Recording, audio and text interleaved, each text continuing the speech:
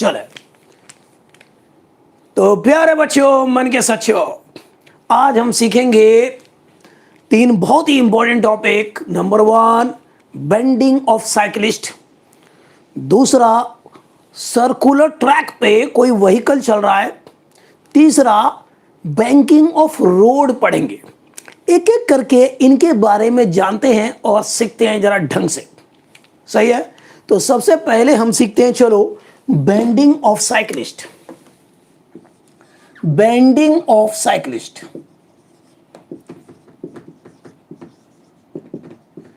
इससे पहले कि यह भी स्टार्ट करूं, आपको एक छोटी सी चीज बताता हूं।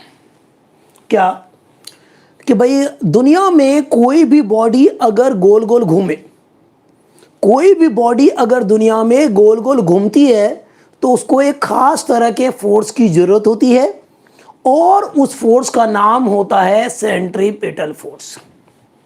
समझे? अगर दुनिया में कोई भी बॉडी गोल गोल घूम रही है तो उसको सेंट्रीपिटल फोर्स चाहिए ही चाहिए, सेंट्रीपिटल फोर्स चाहिए ही चाहिए। क्या मैंने बोला? Centripetal force. ये फोर्स चाहिए ही चाहिए, तभी वो बॉडी गोल गोल घूम सकती है, अदरवाइज वो बॉडी गोल गोल नहीं घूम सकती। और उस फोर्स का नाम क्या है? सेंट्रीपिटल फोर्स है। अच्छा, तो भाई उस सेंट्रीपिटल फोर्स का फॉर्मूला होता है बच्चों mv²/r। m तो उस बॉडी का मास हो गया, v उसकी स्पीड हो गई उस समय या वेलोसिटी का मैग्नीट्यूड, r हो गया रेडियस।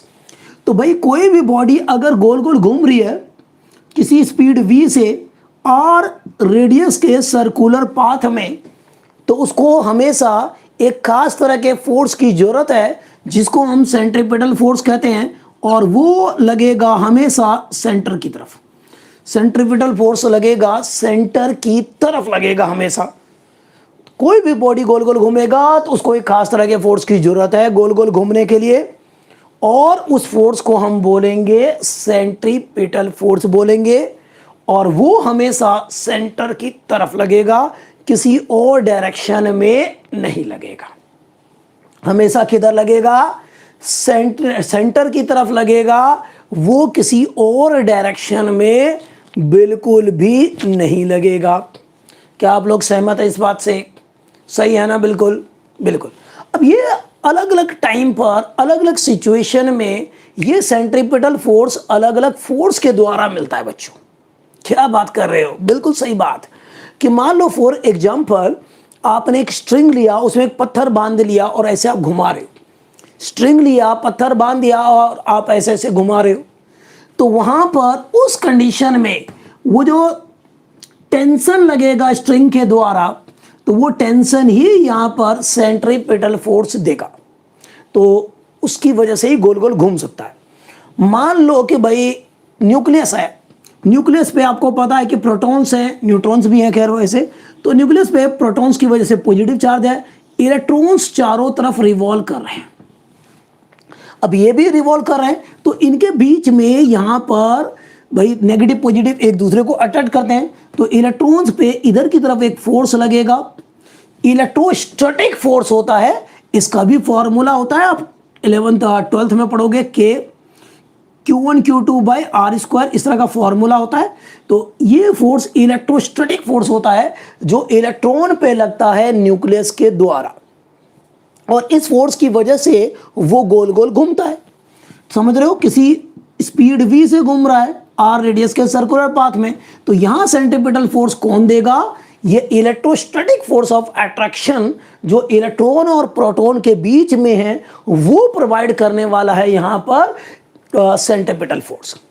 अगर मान लो कि सन है, ये सन है, इसके चारों तरफ आपको पता है अर्थ घूम रही है, तो अब यहां पर अर्थ भी घूम रही है, थोड़ा इलिप्टिकल पाथ होता है, लेकिन हम सारा कैलकुलेशन सर्कुलर मान के चलते हैं। चाहे वो इलेक्ट्रॉन का रिवोल्यूशन है, चाहे अर्थ का रिवोल्यूशन है सन के अराउंड, हम सर्कुलर मान के चलेंगे तभी कैलकुलेशन कर पाएंगे। तो भाई अर्थ चारों तरफ घूम रही है, लगातार घूम रही है, तो इसको भी एक तरह के फोर्स की जरूरत है जिसको हम बोलते हैं सेंट्रीपिटल फोर्स। तो इसका मास मैंने m माना, इसकी स्पीड भी मान लो v है, तो इधर की तरफ एक फोर्स की जरूरत है, और वो फोर्स देता है जो आप 9th में भी पढ़ चुके हो, 11th में भी पढ़ोगे डिटेल में, और वो है ग्रेविटेशनल फोर्स। मान लो इसका मास m1 है, इसका मास m2 है, G m1 m2 divided by r square. तो ये सन और अर्थ के बीच में जो ग्रेविटेशनल फोर्स ऑफ अट्रैक्शन लग रहा है, जो ग्रेविटेशनल फोर्स ऑफ अट्रैक्शन लग रहा है, वो फोर्स देता है यहां पर इसको गोल गोल घूमने के लिए सेंट्रीपिटल फोर्स। क्या आप लोग सहमत हैं इस बात से? क्लियर हो गई बात? कोई दिक्कत तो नहीं है? तो दुनिया में कोई भी बॉडी अगर गोल गोल घूम रही है तो उसको गोल गोल घूमने के लिए एक खास तरह के फोर्स की जरूरत है जो हमेशा सेंटर की तरफ ही लगता है, उसको हम बोलते हैं सेंट्रीपिटल फोर्स। उसकी वैल्यू होगी mv²/r। और ये कब मिलेगा, कैसे मिलेगा? अलग अलग सिचुएशन में अलग अलग फोर्स के द्वारा मिलेगा। कभी स्ट्रिंग से बांध रखा है किसी बॉडी को तो टेंशन के द्वारा मिलेगा, ठीक है। कोई चार्ज दूसरे चार्ज के अराउंड घूम रहा है तो इलेक्ट्रोस्टैटिक फोर्स ऑफ अट्रैक्शन की वजह से मिलेगा। और कोई हेवनली बॉडी मान लो दूसरी बॉडी के अराउंड घूम रही है तो भाई ग्रेविटेशनल फोर्स की वजह से मिलेगा। समझ में आ गया? इसके अलावा कभी फ्रिक्शनल फोर्स की वजह से मिलेगा, देखेंगे आज फ्रिक्शनल फोर्स की वजह से। और कभी आपका वेट का ही कोई कंपोनेंट है या नॉर्मल रिएक्शन का कंपोनेंट है, उसकी वजह से सेंट्रीपिटल फोर्स मिलेगा। कई बार इनके कॉम्बिनेशन से मिलते हैं, तो कुछ भी हो सकता है बच्चों। तो चलिए अब एक एक करके देखते हैं सेंट्रीपिटल फोर्स।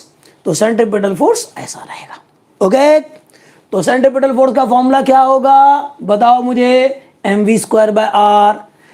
अगर v स्पीड से घूमना है r रेडियस के सर्कुलर पाथ में तो उसको mv²/r कम से कम इतना सेंट्रीपिटल फोर्स चाहिए चाहिए चाहिए चाहिए, नहीं तो गोल गोल नहीं घूम पाएगा। तो पहला टॉपिक हमारा है बेंडिंग ऑफ साइक्लिस्ट। सही है बच्चों, बेंडिंग ऑफ साइक्लिस्ट देखते हैं। तो इसमें क्या है, मान लो ये सर्कुलर ट्रैक है, वाह। तो मान लिया ये सर्कुलर ट्रैक है इस तरह से, ऐसे समझे, गोल गोल घूम रहा है। पूरा सर्कल बना सकता हूं ऐसे, अब समझ रहे होंगे पूरा सर्कल बनाया जा सकता है, बट बनाने की जरूरत नहीं है। ये सेंटर हो गया उस सर्कुलर ट्रैक का। अब साइकिल पे आ रहा है कोई, इधर साइकिल पे आ रहा है, चलो उसकी साइकिल का अगर सामने से देख रहे हो, साइकिल उधर से आ रहा है और सामने से देख रहे हो, तो उसका डायग्राम बनाता हूं मैं कुछ इस तरह से। उसका डायग्राम बनाता हूं मैं कुछ इस तरह से। ये साइकिल है, ये साइकिल मैंने मान लिया, ये साइकिल है इस तरह से, वाव। तो इस तरह से, अरे ये टिल्टेड है, अगर वो सीधा रहता तो ऐसे दिखाता मैं, ऐसे फ्लैट रोड पे ऐसे चल रहा होता सीधे सीधे, तो भाई मैं ऐसे बना देता इसका डायग्राम, कुछ मैं ऐसा बना देता, ऐसा कि भाई ऐसे आ रहा है सामने से। बट ये ऐसा नहीं है। जब आपने देखा होगा, चाहे मोटरसाइकिल का रेस हो चाहे साइकिल का रेस हो, आपने देखा होगा कि जब वो चलते हैं बहुत तेजी से सर्कुलर ट्रैक पे तो ऐसे टिल्ट हो जाते हैं, देखा है कभी आपने? और बाइक पे चलते हुए, बाइक का भी यही है सेम, तो साइकिल हो या मोटरसाइकिल यही है। तो वो तेजी से अगर मान लो टर्न लेना है तो जिधर टर्न लेना है, मान लो इधर मुड़ना है तो इधर ही ऐसे टिल्ट हो जाएगा ऐसे। और कई बार आपने देखा होगा कि उसके पैर का घुटना और रोड के बीच में स्पार्क प्रोड्यूस होता है। आप लोग ऐसा ट्राई मत करना, आपकी हड्डियां तक घिस जाएंगी, ठीक है, और गिर जाओगे अलग से। तो ये स्टंटबाजी के लिए रोड से नहीं है, उसके लिए प्रॉपर उनकी ट्रेनिंग होती है और प्रॉपर उनकी ड्रेसिंग होती है, पूरा सेफ्टी का पूरा उनका ध्यान रखा जाता है, तब वो करते हैं। ऐसे नहीं कि जाकर करने लग गए। कई लोग रोड पे स्टंटबाजी करते हैं, वो अपने लिए तो खतरनाक होते ही है, दूसरे लोगों के लिए भी बहुत ज़्यादा खतरनाक होते हैं, ठीक है। तो आपने देखा जब जा रहा है ऐसे तो टिल्ट हो जाता है, जब सर्कुलर ट्रैक पे हाई स्पीड से जा रहा है और मुड़ना है तो टिल्ट हो जाएगा, नहीं तो सीधे तो मुड़ ही नहीं पाएगा। फ्लाईओवर हो उसमें भी आप बाइक चलाते हैं, थोड़ा सा टिल्ट हो जाते हैं, आपको पता भी नहीं चलता, अब आप नोटिस करेंगे। तो भाई ऐसे मुड़ रहा है। अब मैं ग्राउंड देखूं तो भाई हॉरिजॉन्टल तो ये है बच्चों, ठीक है, हॉरिजॉन्टल ये है। वर्टिकल बनाऊं तो भाई इसके ऊपर परपेंडिकुलर, तो ये हो गया वर्टिकल, समझेंगे। और ये वर्टिकल के साथ कोई एंगल बना रहा है थीटा, वर्टिकल के साथ क्या एंगल बना रहा है, कोई एंगल बना रहा है थीटा। अब मैं दिखाता हूं उसके ऊपर दो फोर्सेज दिखाता हूं यहां पर, चलिए दिखाता हूं दो फोर्सेज कि भाई इस इंसान पे जो टिल्ट हो गया है थोड़ा सा, उस पे कौन कौन से फोर्सेज लग रहे हैं और किस डायरेक्शन में लग रहे हैं। कौन कौन से फोर्सेस लग रहे हैं और किस डायरेक्शन में लग रहे हैं, चलिए वो हम देखते हैं। एक फोर्स लगेगा mg वेट का, और वेट लगेगा नीचे की तरफ, वेट लगेगा नीचे की तरफ, बहुत बढ़िया, वेट नीचे लगेगा, वो इंसान होगा कोई, ठीक है। दूसरा नॉर्मल रिएक्शन। अब नॉर्मल रिएक्शन जरूरी नहीं है कि बच्चों सरफेस के ऊपर परपेंडिकुलर ही हो, मैं पहले भी बता रहा था आपको, लोगों को लगता है परपेंडिकुलर ही होता है, बट ऐसा नहीं है। तो एक्चुअली क्या होता है कि अगर आप रेत पे बाइक चला रहे हैं या साइकिल चला रहे हैं, तो आप देखोगे रेत पे ऐसे और सीधे जा रहे हैं तो कोई दिक्कत नहीं, कीचड़ है मान लो या रेत है, सीधे जा रहे हैं तो फिर आपको कोई दिक्कत नहीं। जब भी कीचड़ में बाइक चलानी हो, साइकिल चलानी हो, सीधे चलो, सेफ रहोगे। लेकिन अगर आप मुड़ने की कोशिश करेंगे तो स्लिप हो जाएगा इधर, ठीक है। इधर का जो पहिया है, इधर का पहिया जो है या इधर की जो मिट्टी है, अगर मान लो इधर खिसक जाएगी, इधर खिसक जाने वाली है और आप फिसल कर ऐसे गिर जाएंगे। तो ये टिल्ट भी होता है, तो बिल्कुल पूरा सॉलिड सरफेस होता है, ठीक है। तो सॉलिड सरफेस देखो, यहां पर अगर नॉर्मल मिट्टी होती, रेत होता मान लो या कीचड़ होता, तो वो इधर स्लाइड हो जाता और ये ऐसे गिर जाता। तो यहां पर नॉर्मल रिएक्शन इस केस में देखूंगा तो वेट नीचे लगता और नॉर्मल एक्शन बिल्कुल ठीक ऊपर होता, दोनों एक दूसरे को बैलेंस करते। लेकिन यहाँ टिल्टेड है तो इसकी टेंडेंसी होती है मिट्टी को इधर धक्का देने की, इधर, ठीक है। तो एक एंगल पे लगता है ये, और ये ऐसे होता है। तो ये बिल्कुल परपेंडिकुलर नहीं धक्का देता, ये जो व्हीकल है उसका फोर्स ग्राउंड में परपेंडिकुलर नहीं लगता, बल्कि किसी एंगल पे लगता है। इसलिए अगर ये जो जमीन है वो सॉफ्ट है, मिट्टी है, रेत है, कीचड़ है, सॉफ्ट है, तो वो इधर से ऐसे थोड़ा हट जाती है, समझे। तो नॉर्मल एक्शन यहां पर परपेंडिकुलर नहीं लगता, जैसे कि ऐसे है बिल्कुल आप सीधे चल रहे हैं, तब यहां पर ये इंक्लाइंड होगा किसी एंगल पर, और वो है थीटा। तो यहां पर दो फोर्सेस आप देख रहे हैं लग रहा है, एक लग रहा है वेट नीचे की तरफ, दूसरा लग रहा है नॉर्मल रिएक्शन इधर की तरफ। क्या आप लोग सहमत हैं इस बात से? तो एक लग रहा है वेट नीचे की तरफ और एक लग रहा है नॉर्मल रिएक्शन इधर की तरफ। Is it okay? अब हमें कंपोनेंट में रिजॉल्व करना है, तो हम आर को दो कंपोनेंट में रिजॉल्व करने वाले हैं। चलो आर को दो कंपोनेंट में रिजॉल्व कर देते हैं। इसको मैं आगे प्रोड्यूस करता हूं।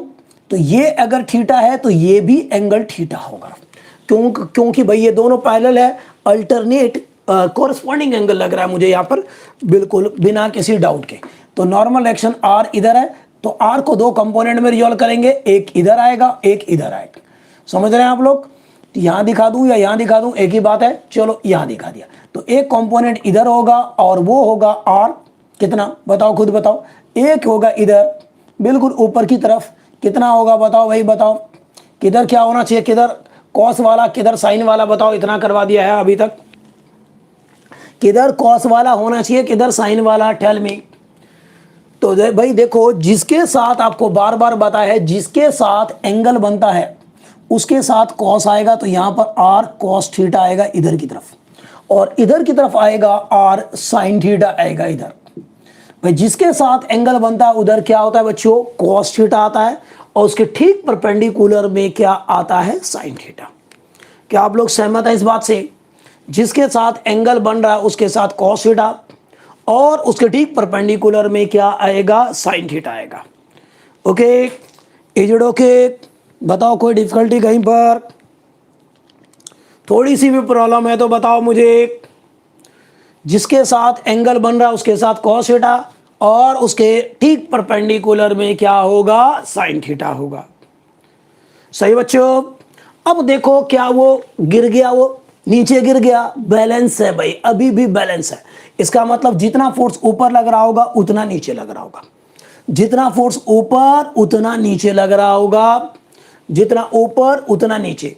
अब मैं इसको मिटाता हूं और आगे अब इक्वेशन लिखते हैं इनके लिए। इसको मिटा देता हूं और अब हम इसके लिए इक्वेशंस लिखेंगे। तो वही चलो भाई लिखते हैं। तो जितना ऊपर लग रहा है उतना नीचे, तो ऊपर लग रहा है आर कॉस थीटा, आप देख रहे हैं आर कॉस थीटा ऊपर की तरफ लग रहा है, उतना नीचे, तभी ना तो ये ऊपर हवा में उड़ रहा है और न ग्राउंड में ऐसे धसे जा रहा है, जितना ऊपर उतना नीचे लग रहा है। बहुत बढ़िया।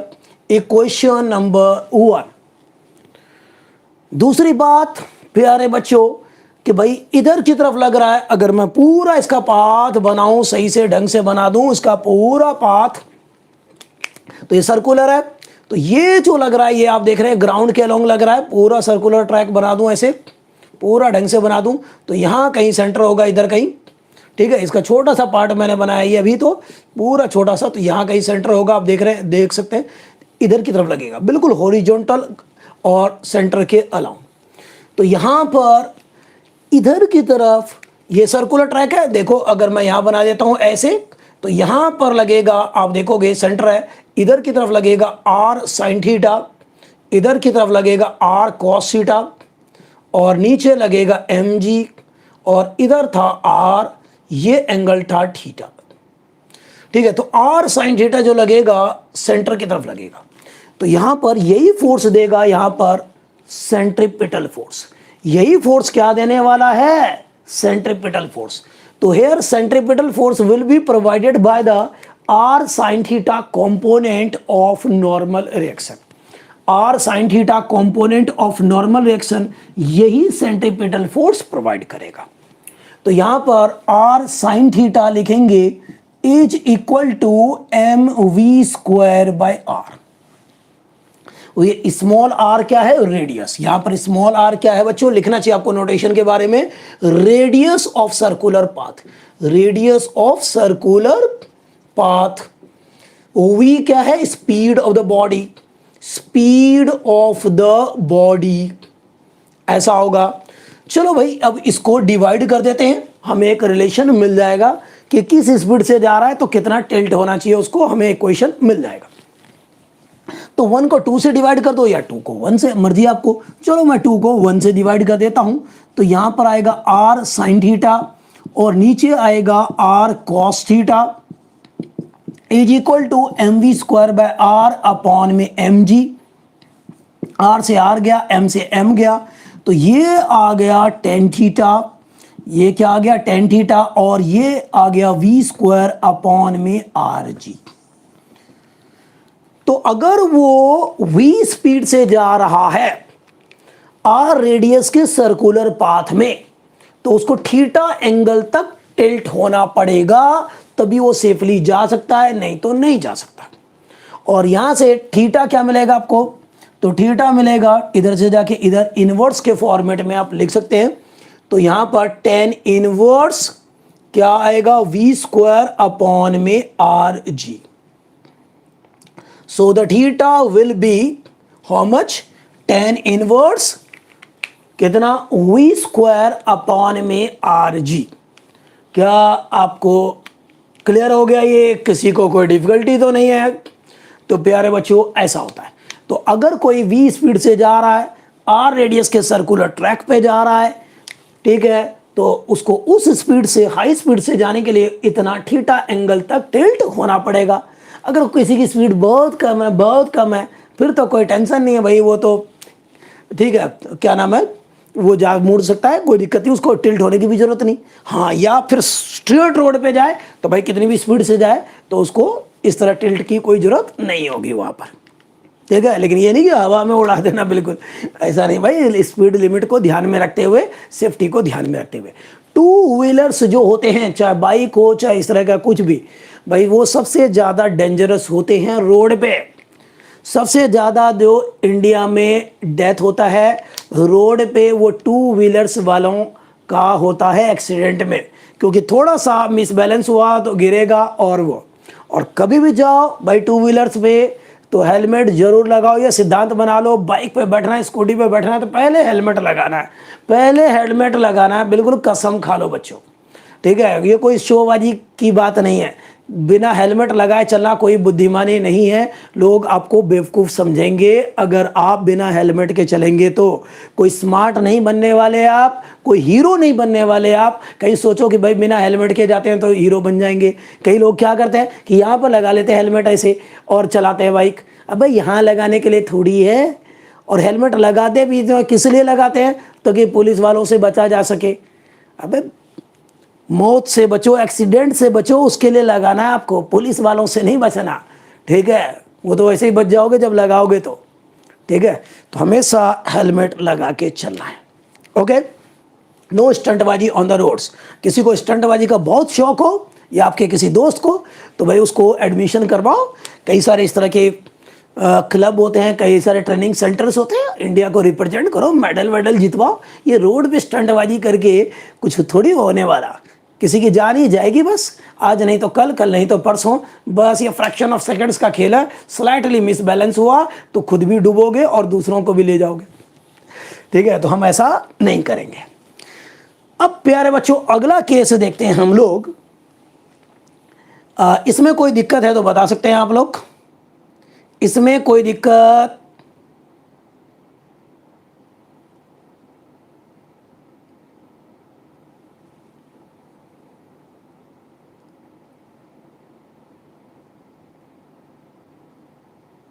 ठीक है, क्लियर है। चलो अगला चलते हैं हम लोग। लिखो motion of a vehicle, vehicle car जैसी चीजें, तो कार ट्रक वगैरह। Motion of a vehicle on flat circular path. Motion of a vehicle on flat circular path. Motion of a vehicle on flat circular path बच्चों। Motion of a vehicle on flat circular path. Okay, चलिए बात करते हैं भाई। Flat circular path है, बहुत बढ़िया, चलिए ऐसा बना लेता हूं। तो इस तरह से है, गोल गोल जा रहे हैं, घूम रहे हैं भाई। स्ट्रेट पाथ में कोई दिक्कत नहीं है, सारा प्रॉब्लम है गोल चक्कर में।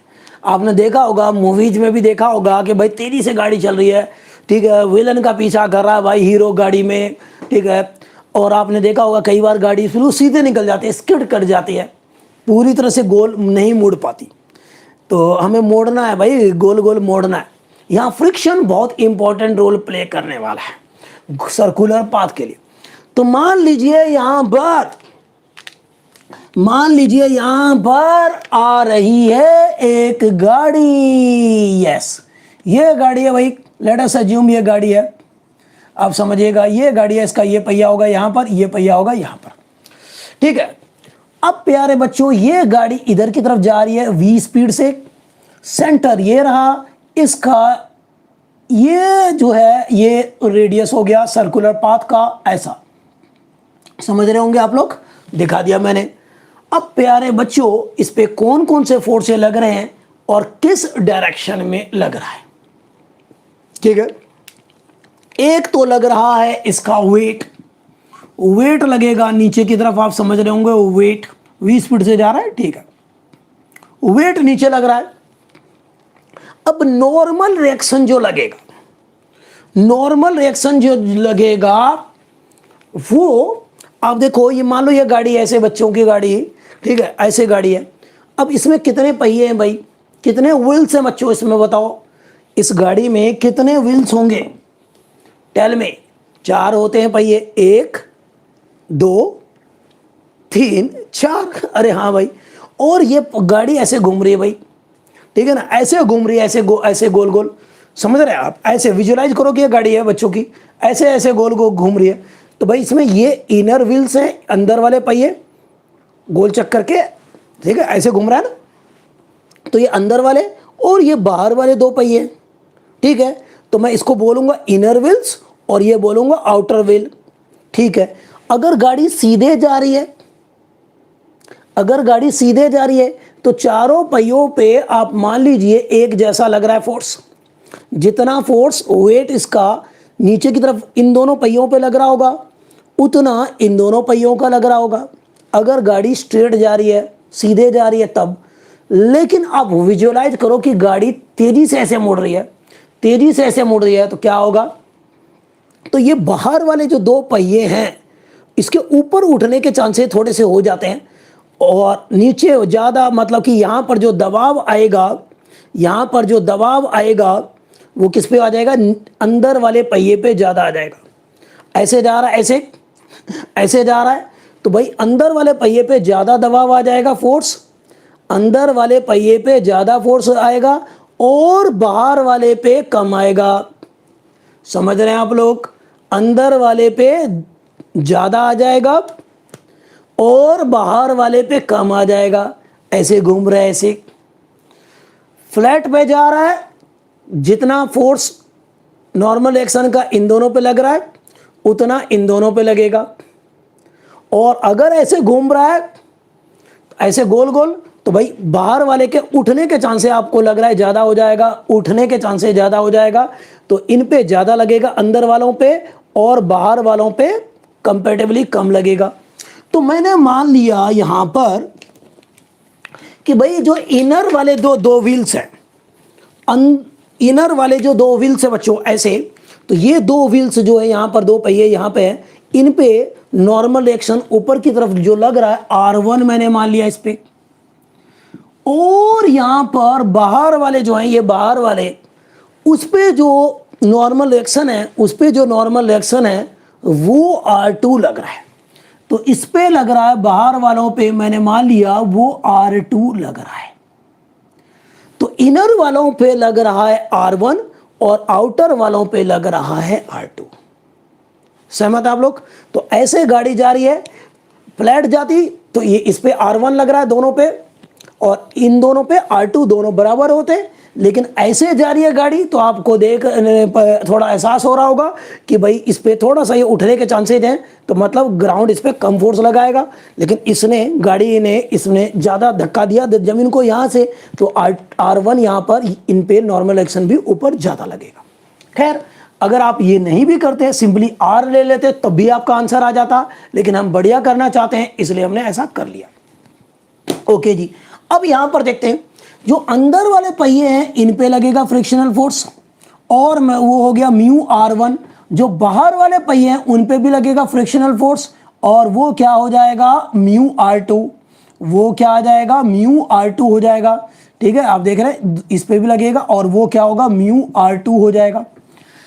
तो इस जगह देखोगे प्यारे बच्चों, तो जितना फोर्स ऊपर लग रहा है उतना नीचे भी लगेगा, जितना फोर्स ऊपर लग रहा है उतना नीचे भी लगेगा, जितना ऊपर लग रहा है उतना नीचे भी लगेगा। तो यहां पर R1 प्लस R2 जो है mg के बराबर होगा। क्या आप लोग सहमत हैं? क्योंकि गाड़ी हवा में नहीं उड़ रही, गाड़ी हवा में नहीं उड़ रही, जितना ऊपर फोर्स लगेगा उतना नीचे लगेगा। एक क्वेश्चन नंबर 1। अब इधर की तरफ, भाई इधर की तरफ ग्राउंड के साथ साथ रोड के साथ साथ सेंटर की तरफ कौन से फोर्स लग रहे हैं? Frictional force. यही देंगे यहां पर सेंट्रीपिटल फोर्स। वो फोर्स जो ग्राउंड के साथ साथ लगे, हॉरिजॉन्टल डायरेक्शन में लगे, ठीक है, वही देंगे यहां पर सेंट्रीपिटल फोर्स। तो यहां पर here centripetal force is provided by the frictional force between tyre and the road. Here frictional force is provided by the, क्या है? Frictional force between tyre and the road. तो भाई यहां पर सेंट्रीपिटल फोर्स FC जो होता है वो कौन देने वाला है? कौन देने वाला है? क्या mu R1 plus mu R2 देने वाला है। ये इस अंदर वाले जो दो टायर्स हैं उस पे फ्रिक्शनल फोर्स, और बाहर वाले पे ऐसे, इनको मैं लिख सकता हूं, म्यू कॉमन ले लिया, R1 प्लस R2 लिख सकता हूं मैं, और इनको लिख सकता हूं म्यू R1 प्लस R2 की जगह पे मैं mg लिख सकता हूं, यहां पर mg लिख दूंगा। इसकी जगह पे centripetal force mv square by r, बार बार यही लिखेंगे सेंट्रीपिटल फोर्स, इसकी जगह mv स्क्वायर बाय r। और अच्छा लिखना है आपको, तो भाई सेंट्रीपिटल फोर्स, ये जो फ्रिक्शनल फोर्स है ये सेंट्रीपिटल फोर्स से थोड़ा सा ज्यादा मिले तो चलेगा काम, ज्यादा मिले या इक्वल हो तो चलेगा काम, ज्यादा हो या इक्वल हो तो चलेगा। फ्रिक्शनल फोर्स ज्यादा हो तो चलेगा काम, कम होगा तो स्किड कर जाएगा। ठीक है, ज्यादा हो तो काम चलेगा, कम होगा तो क्या होगा? स्किड कर जाएगा। तो ज्यादा में कोई दिक्कत नहीं है, कम में प्रॉब्लम है। तो ये या तो फ्रिक्शनल फोर्स ज्यादा हो जितनी रिक्वायरमेंट है, अगर m मास की बॉडी है, v स्पीड से जा रही है, r रेडियस के सर्कुलर पाथ में जा रही है, तो अगर ये आप समझिए, अगर इसको इससे ज्यादा सेंट्रीपिटल फोर्स क्या फ्रिक्शन फोर्स मिल रहा है तो चलेगा काम, कम में नहीं चलेगा, इक्वल तो एटलीस्ट हो ही। अब यहां पर m से m कैंसिल हो जाएगा यहां पर, तो v स्क्वायर, ठीक है, is less than equal to mu r g. तो यहां v जो आएगा less than equal to root mu r g होगा, ये होगा। तो मतलब अगर कोई कार चला रहा है, आर रेडियस के सर्कुलर ट्रैक पे चला रहा है कोई कार, ठीक है, और टायर और रोड के बीच में कोफिशिएंट ऑफ फ्रिक्शन म्यू है, आर रेडियस के सर्कुलर ट्रैक में जा रहा है, तो उसको समझ रहे हैं, ये कुछ गड़बड़ तो नहीं कर दिया मैंने? नहीं किया बिल्कुल। तो मतलब इस चीज से कम वेलोसिटी होनी चाहिए, उसके लिए मैक्सिमम वेलोसिटी आप यहां पर कैलकुलेट कर सकते हैं।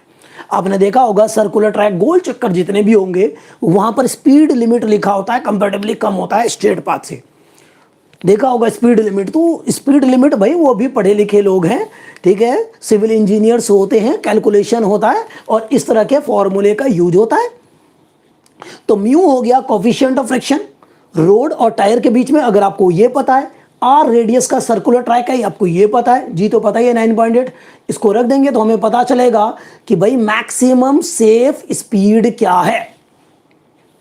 एक बार फिर से रिपीट कर रहा हूं, ध्यान से समझो कि भाई ऐसे गोल गोल जा रहा था, तो भाई वेट लग रहा है नीचे, नॉर्मल एक्शन जो है अंदर वाले टायर पे ऊपर लग रहा है, इस वाले टायर पे बाहर लग रहा है, तो जितना ऊपर फोर्स उतना नीचे, क्योंकि हवा में गाड़ी तो उड़ नहीं रही है, तो जितना ऊपर फोर्स उतना नीचे, तो ये हो गया।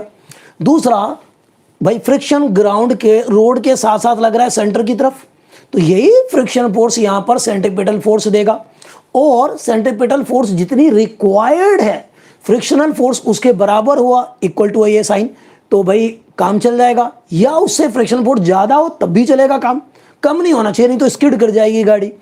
अब यहां से आपने म्यू कॉमन ले लिया, तो R1 प्लस R2 आ गया यहां पर।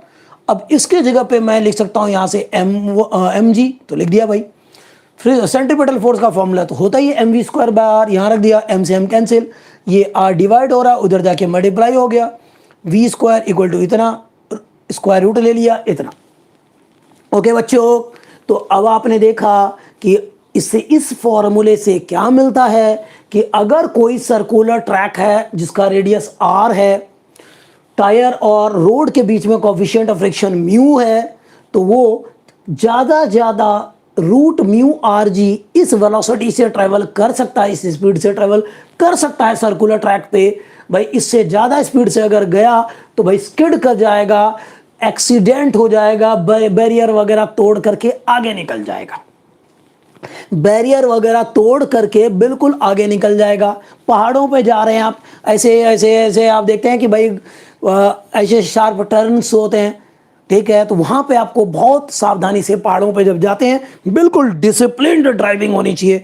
एक तो एक के पीछे दूसरी गाड़ी होनी चाहिए, ये नहीं कि इधर से चल रहे हैं, भाई ऐसा नहीं, उधर से आ भी रहा होगा कोई, जगह वैसे ही कम होता है, ठीक है, तो ऐसा नहीं करना, एक के पीछे दूसरा चलना है। दूसरा सर्कुलर टर्न आ जाता है, तो आपको वहां पे स्पीड पे कंट्रोल रखना है कि आपकी स्पीड ज़्यादा नहीं होनी चाहिए, ठीक है, क्योंकि उतना सेंट्रीपिटल फोर्स नहीं मिल पाएगा, वहां पर आर कम होगा।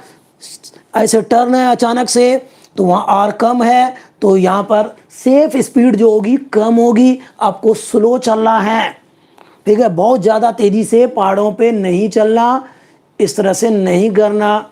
बी डिसिप्लिन्ड, जो डिसिप्लिन्ड नहीं है वो इंसान नहीं है, ठीक है, इंसान का मतलब, पढ़ाई लिखाई का मतलब है कि आपको डिसिप्लिन्ड होना है, ठीक है।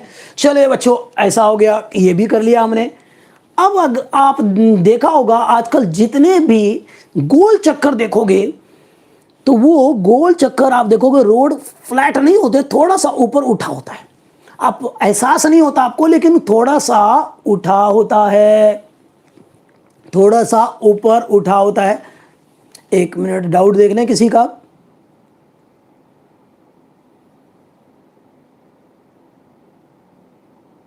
चलो, कोई डाउट तो नहीं है ना बच्चों?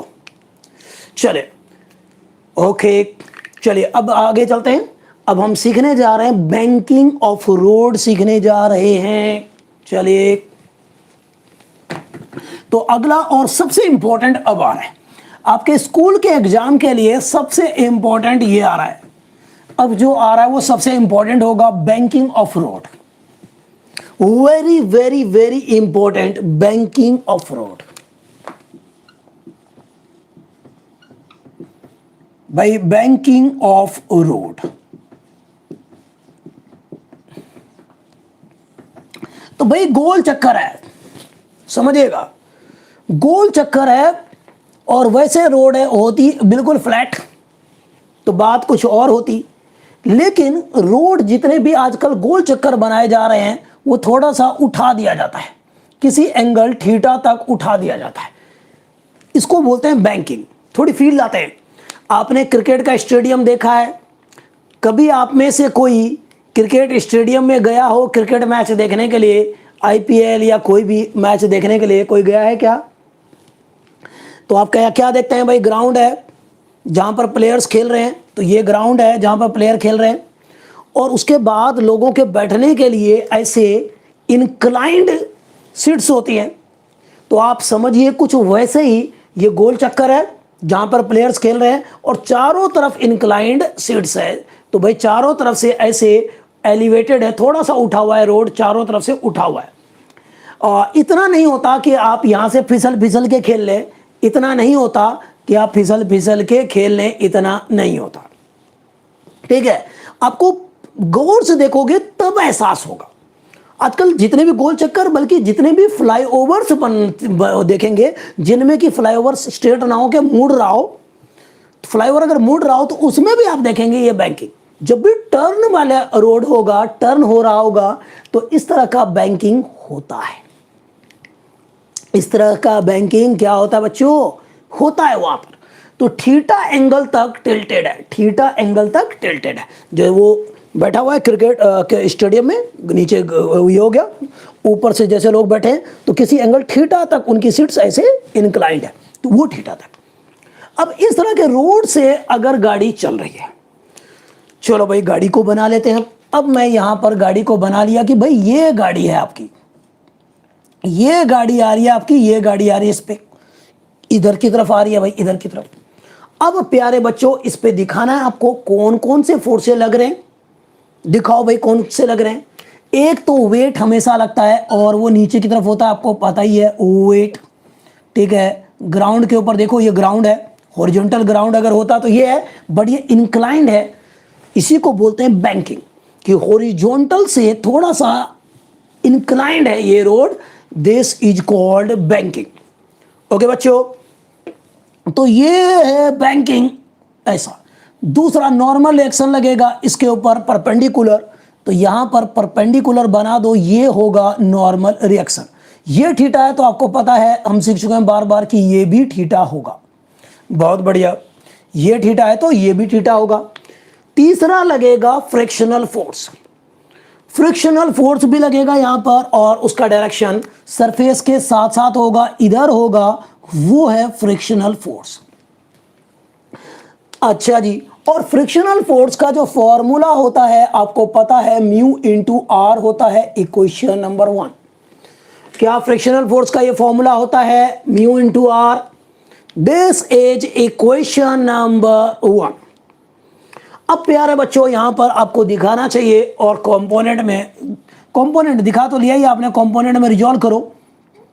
और मैं बोल सकता हूं अगर ये थीटा है तो ये भी थीटा होगा, ये भी थीटा होगा भाई, ये भी थीटा होगा। क्यों? Vertically opposite angle. तो मैं क्या करूंगा, अब मुझे चाहिए वो फोर्स जो ग्राउंड, फ्लैट ग्राउंड जो है उसके साथ साथ लग रहा हो, इसके सेंटर की तरफ।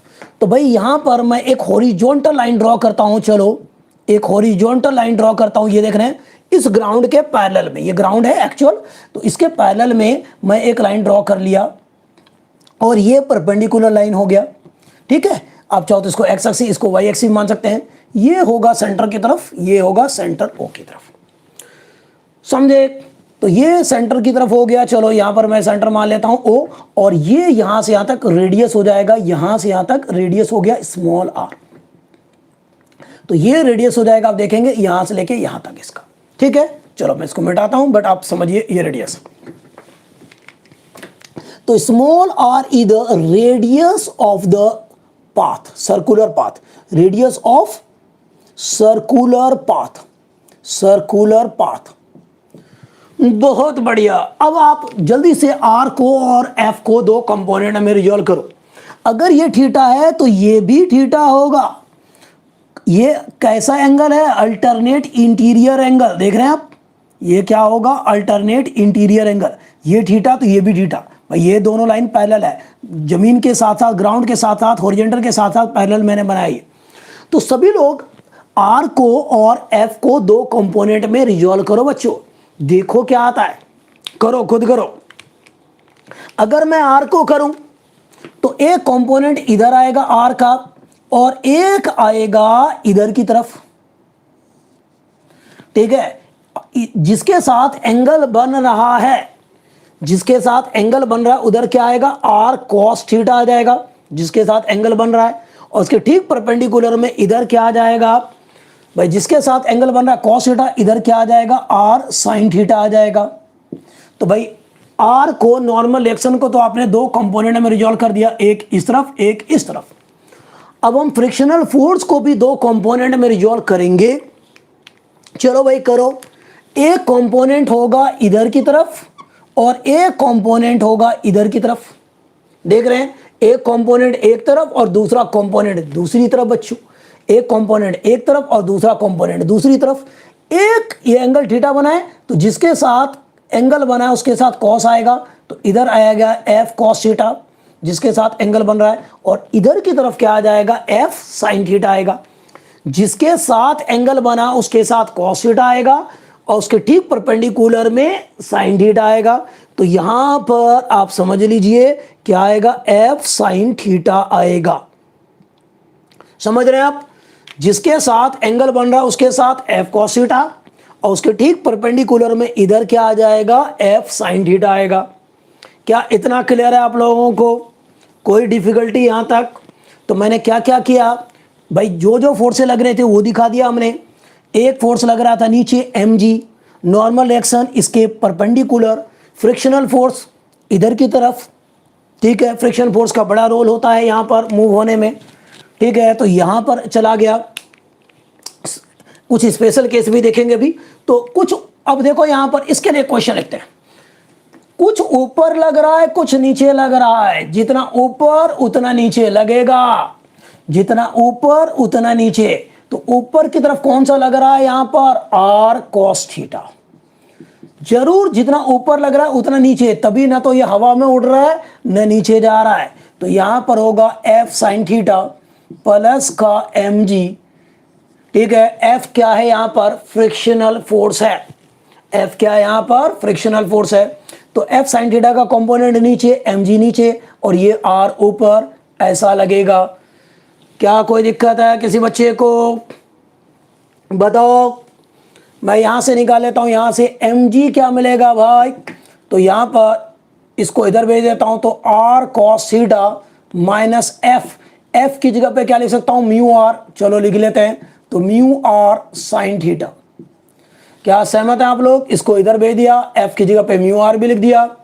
इसको इक्वेशन नंबर 2 मैंने मान लिया। बताओ यहां तक किसी को तकलीफ?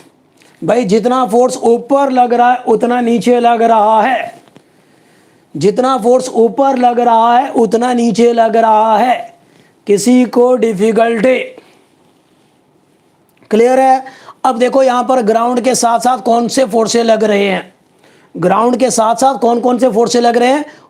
सेंटर की तरफ वो फोर्स देगा यहां पर centripetal force. That force, these two components who will be responsible for the circular motion, yes, these two components.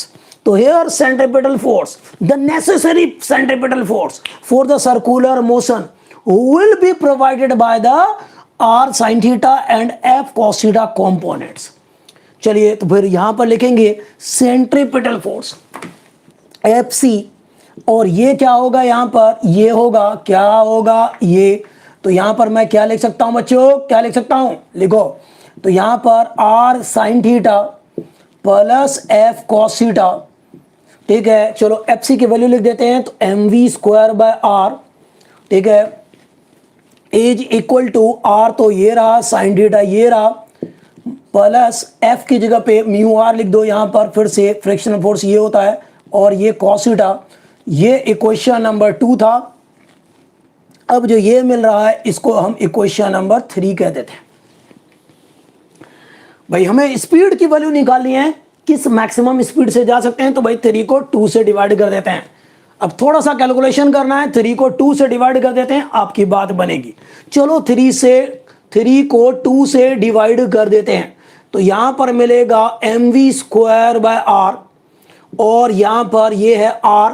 चलो इसमें से r कॉमन भी ले लो, ले ही लो कॉमन, तो यहां पर बचेगा कितना, sine theta plus mu cos theta divided by mg। तो भाई आपने mg से डिवाइड कर दिया यहां पर, तो यहां पर क्या बचेगा, यहां से भी r कॉमन ले लो, तो यहां पर बचेगा cos theta minus mu sine theta.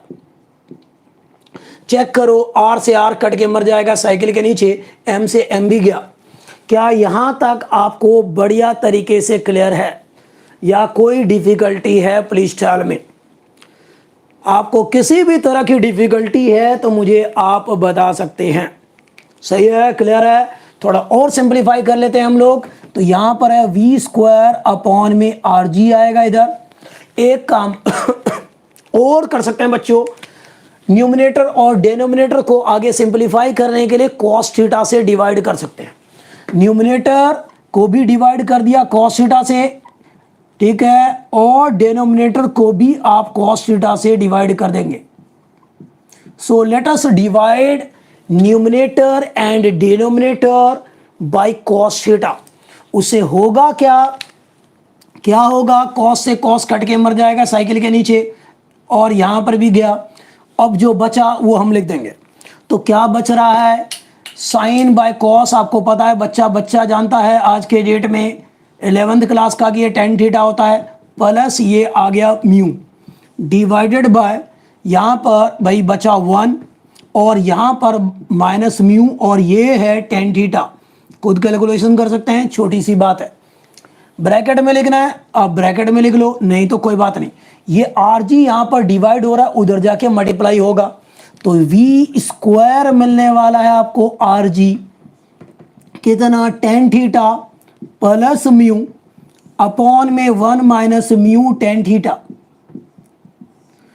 अच्छा, ये स्क्वायर हटाएंगे तो रूट के अंदर जाएगा, स्क्वायर हटाएंगे तो क्या होगा, रूट के अंदर चला जाएगा। तो क्या मैं हटा के लिख दूं? चलो भाई, इसको मैं हटाया तो यहां पर मैं रूट के अंदर लिख दिया। यही हमें ड्राइव करना था, तो यही ड्राइव करना था और ये हमें मिल गया। So this derivation is very very important for school exams. भाई आते रहते हैं, दिल्ली के स्कूल्स में आते रहते हैं, बार बार आते हैं ये ड्राइव करने के लिए। सीबीएसई के लिए आज से बहुत इंपॉर्टेंट है। तो अगर आपको पता है कि भाई बैंकिंग, आपको नहीं पता होगा जो भाई गोल चक्कर बना रहे हैं, ठीक है, उनको पता है कितना एंगल तक इंक्लाइंड है, बड़ा कम होता है, ये बहुत कम होता है।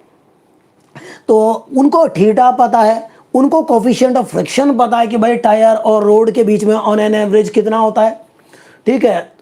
रेडियस पता है कि भाई गोल चक्कर का रेडियस कितना है, जी रख देंगे तो यहां से हमें मिल जाता है स्पीड, यहां से मिल जाता है स्पीड। हाँ, न्यूमेरिकल्स में आप बिल्कुल डायरेक्ट भी यूज कर सकते हैं, बिल्कुल ये वाला डायरेक्ट आप यूज कर सकते हैं, इतना बड़ा कैलकुलेशन की जरूरत नहीं है। अगर बैंकिंग ऑफ रोड पे आता है तो इस वाले फॉर्मूले का लगा के आप शिकार कर सकते हैं, ये आपको याद रहना चाहिए, ठीक रहेगा। अच्छा, एक और बात कि भाई बैंकिंग की जरूरत क्या है, फ्लैट सर्कुलर पाथ था तो उसमें भी फ्रिक्शन से काम हो जाता था, ठीक है, फ्लैट सर्कुलर पाथ था उसमें फ्रिक्शन से काम हो जाता था, गोल गोल घूम लेते थे, अभी इससे पहले देखा था। तो भाई बैंकिंग की जरूरत क्या है? आपने एक चीज बताओ, आपने देखा है कभी कि कुछ बच्चे साइकिल से आते हैं, ठीक है, बहुत स्पीड से आएंगे, मान लो कि कंक्रीट का है, आपके गली के बाहर रोड बना हुआ है, सीमेंट से बिल्कुल कर रखा है, बिल्कुल लेंटर टाइप का डाल रखा है, वाइट वाइट सा।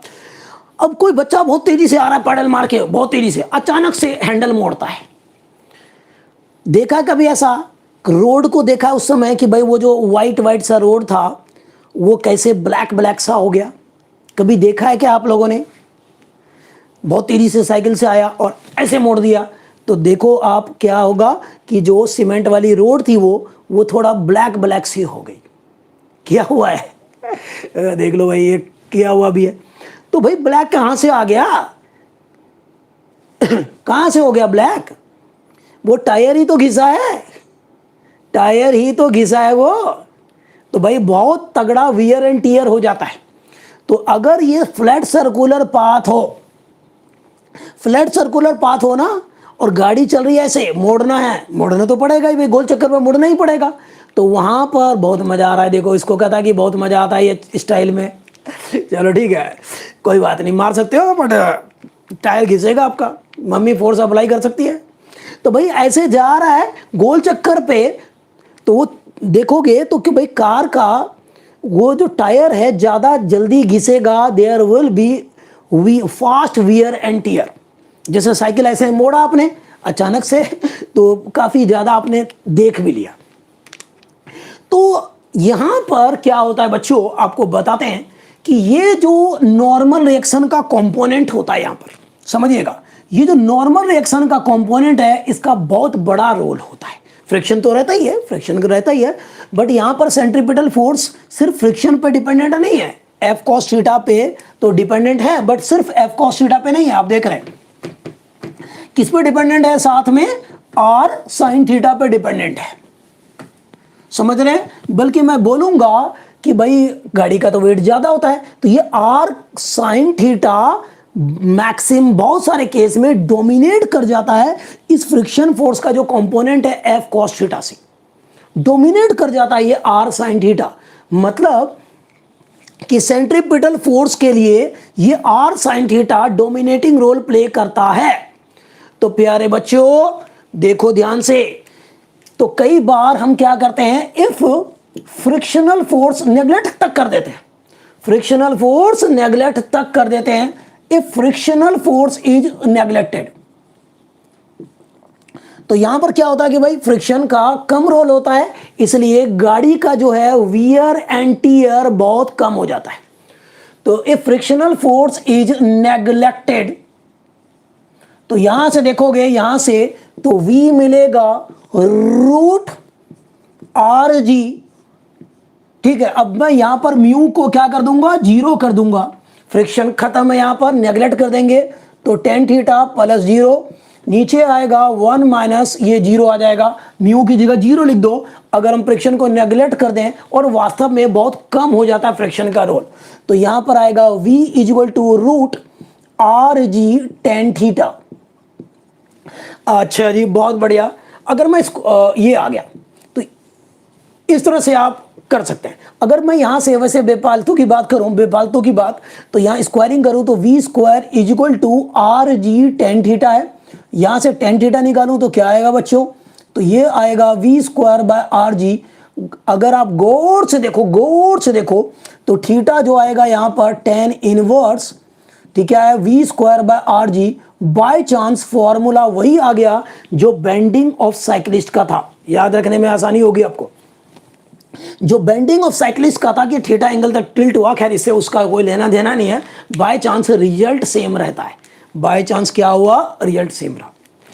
तो खैर आपको ये फॉर्मूला याद होना चाहिए। इससे अगर फ्रिक्शन नेगलेक्ट करने की बात करेगा या बैंकिंग ऑफ रोड में किसी क्वेश्चन में अगर कोफिशिएंट ऑफ फ्रिक्शन नहीं दिया हुआ तो आप समझ लीजिए वो नेगलेक्टेड है। ठीक है, तो आप ऐसा कर लेंगे। तो भाई ये सारे केस खत्म हो गए आराम से। Thank you.